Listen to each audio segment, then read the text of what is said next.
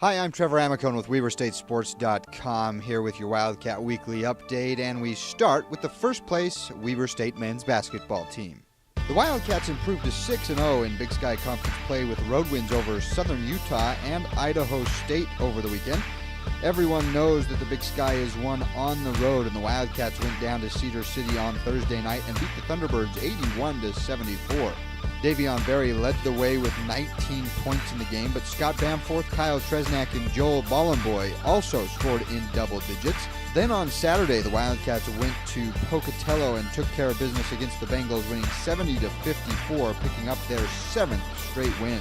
Scott Bamforth was the Cats' leading scorer, scoring all 17 of his game-high points in the second half. The Wildcats will take the court again on Thursday night, hosting Northern Arizona, and Saturday night against Sacramento State. Both tip-offs are scheduled for 7 p.m. at the D-Event Center. Meanwhile, the women's basketball team lost twice this week.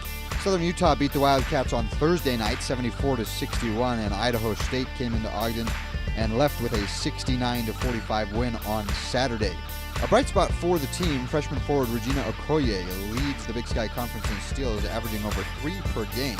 The Wildcats will hit the road for games at Northern Arizona on Thursday at 6:35 p.m.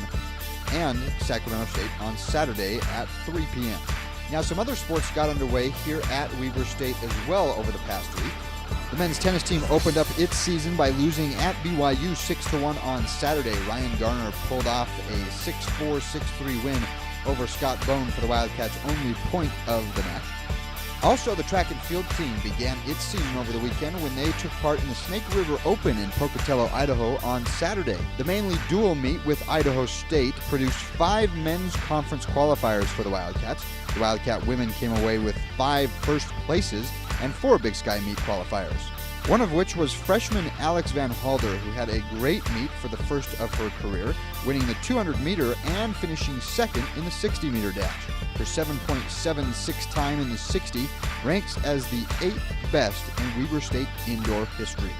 And finally, a true sign that spring is mercifully around the corner. The Weber State softball team started practice this week in preparation for its first game of the season, which will take place down in St. George, Utah at the Red Desert Classic.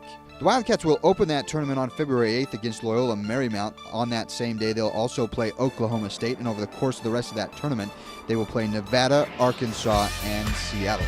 Well, once again, I'm Trevor Amicone for WeberStateSports.com, and this has been another edition of your Wildcat Weekly Update. For more information on Weber State athletics, go to WeberStateSports.com. And until next time, and as always, go Wildcats.